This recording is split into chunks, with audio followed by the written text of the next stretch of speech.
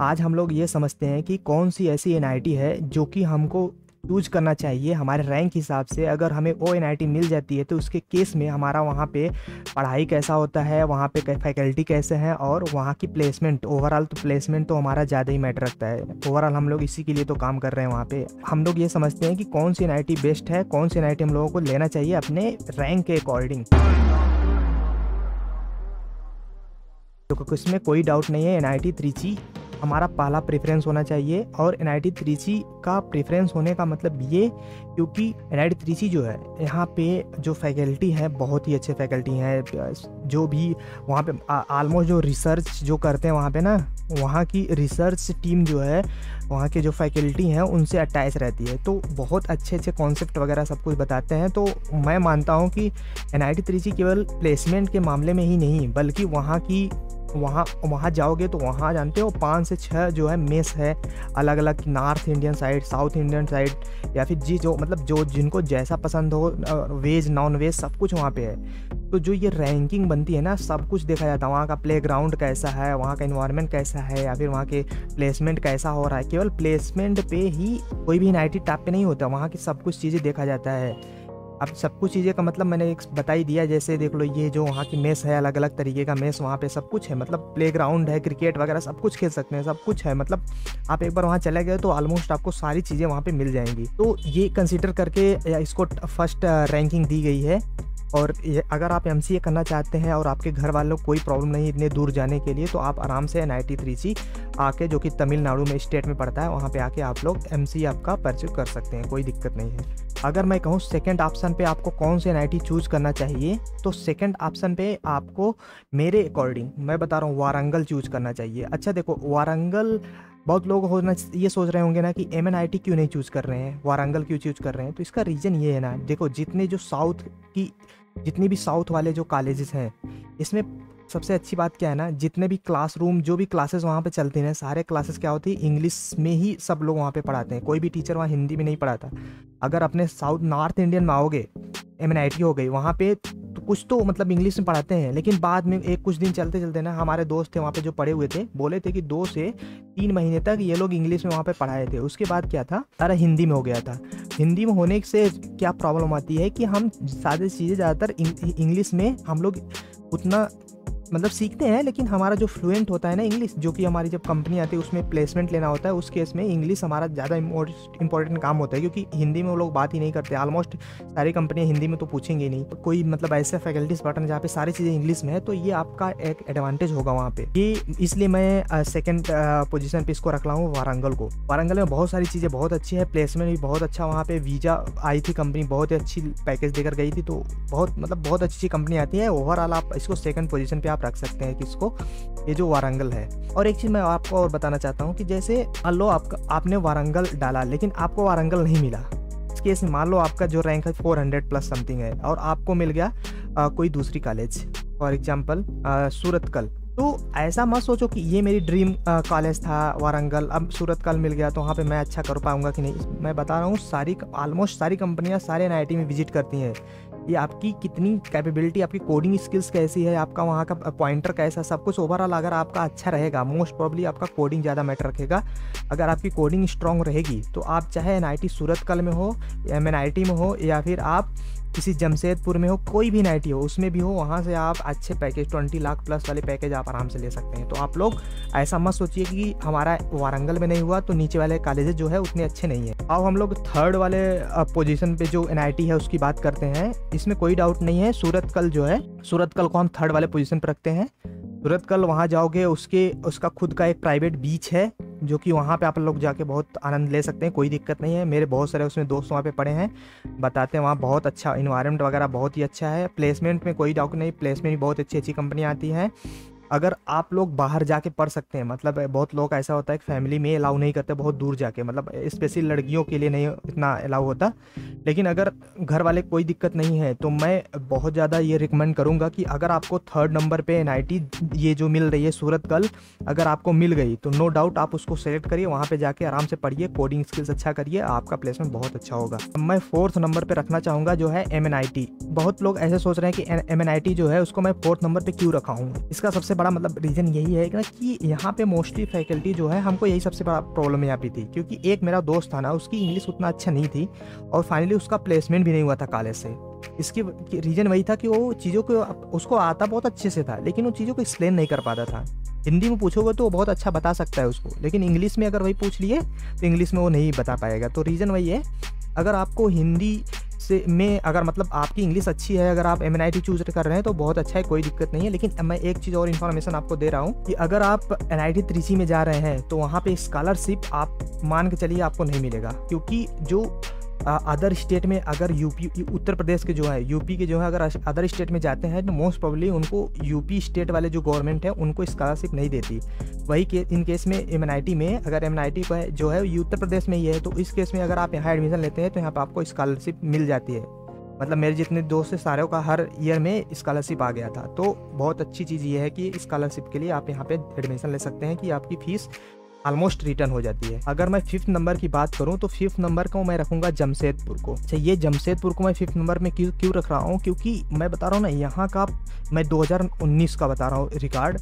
एक मेरा दोस्त था, मतलब मेरा जूनियर था 2019 में, वहाँ पे इतना, मतलब मैं बता रहा हूँ इतना तो कंपनियाँ नहीं आई थी वहाँ NIT त्रिची में जितना यहाँ पर आई। और बहुत सारे जो स्टार्टअप थी ना, जो कि 20 लाख 30 लाख 40 लाख दे रही थी, स्टार्टअप बहुत अच्छी पैकेज देती हैं, तो जितनी स्टार्टअप थी ना मोस्टली इस ईयर में बहुत सारी आई थी। और ये ऐसा नहीं कि 2019 में ही आ रही हैं, ये और ईयर में भी मेंटेन कर रहे हैं अपने प्लेसमेंट को। तो ये अच्छा, एक चीज़ और देखना, वहाँ का इन्वायरमेंट जो है सब कुछ ठीक तो है, लेकिन हमको मेन फोकस हमारा किस कहाँ होना चाहिए, प्लेसमेंट का। क्योंकि हमको, अगर हम ये बता रहे हैं हम NIT त्रिची में कोई गया, NIT त्रिची में गया, वहाँ की फैकल्टी सारी इतने हाई लेवल सब सारी चीज़ें पढ़ा रही हैं, अगर वहाँ से प्लेसमेंट आपका 8 लाख 7 लाख 5 लाख का हो रहा है तो NIT त्रिची में आने का क्या फ़ायदा बताओ।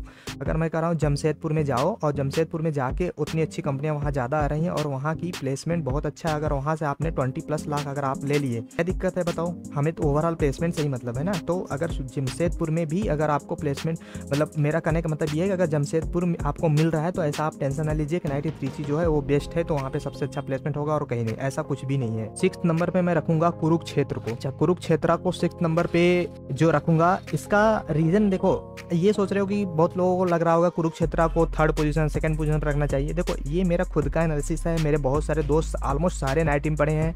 वहाँ का इन्वायरमेंट कैसा है, वहाँ का प्लेसमेंट कैसा है, वहाँ का जो खाना है, मतलब मेस जो मिलता है वहाँ पे कैसा है, वहाँ का हॉस्टल कैसा है, मतलब ऑलमोस्ट सारी चीज़ें मैं सब कुछ समझ के बात करके उनसे सारी चीज़ें डिस्कशन करके, अगर मैं सब कुछ इसमें बताने लगूँ कि वहाँ का हॉस्टल का, वहाँ का मेस कैसा है, सब कुछ डिस्कशन करूँ तो बहुत लंबी वीडियो बन जाएगी, इसलिए मैं उतना नहीं बात कर रहा। लेकिन मैं जो रैंकिंग बता रहा हूँ ना, ये रैंकिंग बेस्ट रैंकिंग है, आप इसको चूज़ कर सकते हैं, नो डाउट। हाँ, इसको 6th रैंक पे आप रख सकते हैं, और 6th रैंक पे रख के अगर आपको इस रैंक पे, अगर आपके 6th रैंक पे ये कुरुक्षेत्र मिल रहा है तो आप फोकस करिए अपने स्टडी पे।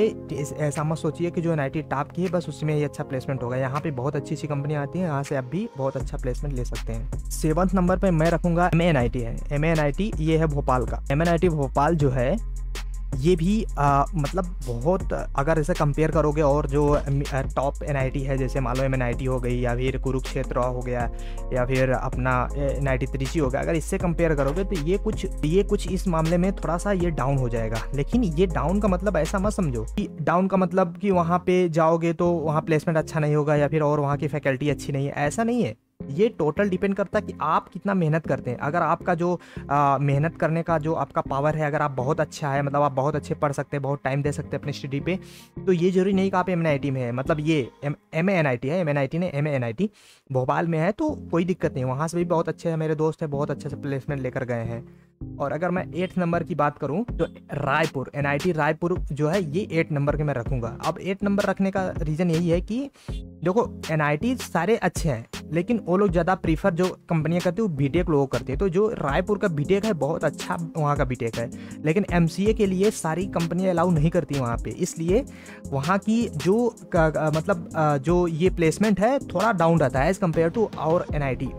तो ये रायपुर हो गया। और अगर हम 9th नंबर की बात करें तो अगरतला आप ले सकते हैं। अच्छा, एक चीज़ और, कुछ डाउट आपको क्लियर कर दूं। जैसे आपको लगता है कि अगरतला मैं ले रहा हूं तो ये क्या सबसे बेकार कॉलेज है क्या, मतलब मेरी प्लेसमेंट वहाँ होगा कि नहीं होगा, ये मैं डाउट पहले क्लियर कर दूँ। पहले मैं एक एक अरेंजमेंट बना दे रहा हूँ जिससे आपको दिक्कत ना हो कि कौन सीक्वेंस में हमको फिल करना चाहिए। पहला NIT त्रिची हो गया, उसके बाद वारंगल हो गया, उसके बाद सूरतकल हो गया, और सूरतकल के बाद आप MNIT को चूज़ कर सकते हैं। उसके बाद आप जमशेदपुर, और मैं सारा पूरा नहीं लिख रहा, इसको समझ लेना, जमशेदपुर, फिर कुरुक्षेत्र को आप ले सकते हैं, फिर भोपाल को आप ले सकते हैं, उसके बाद रायपुर, फिर अगरतला। ऐसी बात है जो केवल वहाँ पे जो पढ़ेगा उसी को पता रहेगा। ऐसी सारी चीज़ें वहाँ पे हैं। देखो NIT त्रिची उसका खुद का एक ब्यूटी है जो कि प्लेसमेंट वगैरह या फिर वहाँ सारी चीज़ें बहुत ही अच्छी है। वहाँ पे अगर आपका होता है तो नो डाउट आप वहाँ पे लेकर जाइए, चाहे आप लड़के हो चाहे लड़कियाँ। अगर आपके घर वाले नहीं मान रहे तो कोशिश करिए मनाने के लिए और वहाँ पे जाइए, क्योंकि मैंने खुद NIT त्रिची से पढ़ा है, मुझे पता है वहाँ के कितनी सारी चीज़ें, कितनी अच्छी चीज़ें हैं सब। तो वहाँ पे आप लोग ज़रूर से ज़रूर जाइए। और एक चीज़ और, जैसे अगर ये लगता है कि किसी को देखो मैं 2 कंडीशन लेकर चल रहा हूँ, उसके हिसाब समझना। एक ऐसा लड़का है जो कि उसके पास पैसे बहुत है, पैसे बहुत नहीं, मतलब जैसे ऐसा है कि उनके घर वाले फीस तो जमा कर देंगे, एटलीस्ट इतना तो है। और एक ऐसा लड़का है जो कि उसके पैसा इतना नहीं है कि वो फीस जमा कर पाएगा। 2 कंडीशन मैं लेकर अभी बता रहा हूँ, इससे तुम समझ सकते हो कि मुझे कौन सी NIT चूज करनी चाहिए। जिनके पास पैसे है और इनको लगता है कि हम कहीं भी जा सके पढ़ सकते हैं, तो नो डाउट आप NIT त्रिची, वारंगल, सूरतकल, कोई भी आपको टॉप मिल जाए आप आराम से लेके जाके पढ़िए, कोई दिक्कत नहीं है। लेकिन अगर मैं ये बताऊं, जो ऐसा स्टूडेंट है जिनके पास पैसे उतना नहीं है कि वो लोग वहाँ पे जाके पढ़ सकते हैं, मतलब की फीस नहीं दे सकते, ऐसा है उसका, तो उसके केस में क्या करना है, सबसे बेस्ट ऑप्शन है आपका, अगर आपको MNIT मिलता है ना तो आप MNIT ले लीजिए। इसका रीजन मैं बता रहा हूँ तो आपको MNIT लेना चाहिए। इसका रीजन सबसे ज्यादा ये है कि अगर मान लो आपको 80 की आपका क्या फी लगा, ओवरऑल आपका 80 की, अगर मान लो सब कुछ इंक्लूडेड, मतलब सारा चीजें आपको 80 की फी लग गया है, 1000 जो रुपए है ना वो रिटर्न हो जाते हैं स्कॉलरशिप के थ्रू।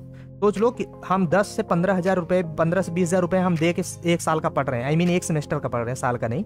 तो ओवरऑल हमारा 40 से 50,000 रुपए केवल लग रहा है। हम दे रहे हैं कितना पूरा फीस, 1,70,000 80,000 पूरे 1 ईयर का दे रहे हैं, और हमारा ओवरऑल रिटर्न जो हो रहा है 1 लाख प्लस रिटर्न हो जा रहा है। तो सोचो कितना ये अच्छी चीज़ है। अब ये डाउट होगा ना कि अगर हम यहाँ पढ़ रहे हैं तो कंपनियाँ कैसी हैं, क्या है कैसी नहीं है, देखना पहले एक चीज़ ये देख लेना। अब मैं बता रहा हूँ NIT त्रिची में अगर 100 कंपनियाँ आ गई एग्जाम्पल के लिए, तो ऐसा नहीं है कि ये देखो इसमें ज़्यादा अंतर नहीं होगा, 90 प्लस ही रहेगा इसमें भी, MNIT में भी। लेकिन ऐसा नहीं है कि कभी कभार ऐसा होता है ना, जो MNIT है इसमें 100 प्लस कंपनी आ जाती है और इसमें 90 आ जाती है, मतलब मैं एग्जाम्पल थ्रू बता रहा हूँ। तो ऐसे दिमाग से निकाल देना कि कंपनियाँ वहाँ बहुत आती है। और देखना जो MNIT में कंपनियाँ आती हैं ऑलमोस्ट NIT त्रिची में भी वही आती है। कुछ कंपनियाँ ऐसे हैं जो नहीं आती है, ऐसे थोड़ा कुछ तो डिफरेंट होगा, मतलब कुछ ऐसा होगा जो MNIT में आ जाएंगी और NIT त्रिची में नहीं आएंगी, कुछ ऐसा होगा जो NIT त्रिची में आ जाएंगी MNIT में नहीं आएंगी।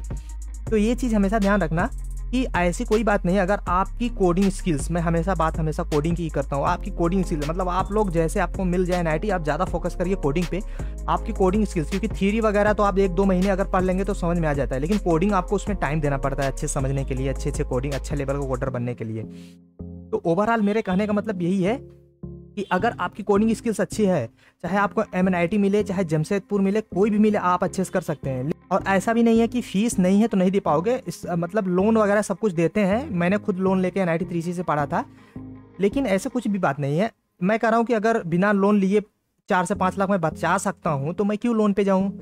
तो यही है कि अगर आपकी कोडिंग से, मैं बता रहा हूँ MNIT से सब लोग बहुत अच्छे से NIT में, मतलब समझ लो ऐसे कोई भी ऑलमोस्ट सारे ऐसे MCA से ना सारे ऐसे कोई भी नई कंपनी आप पाओगे जिस कंपनी में MCA वाले नहीं होंगे, ऐसा मत सोचना।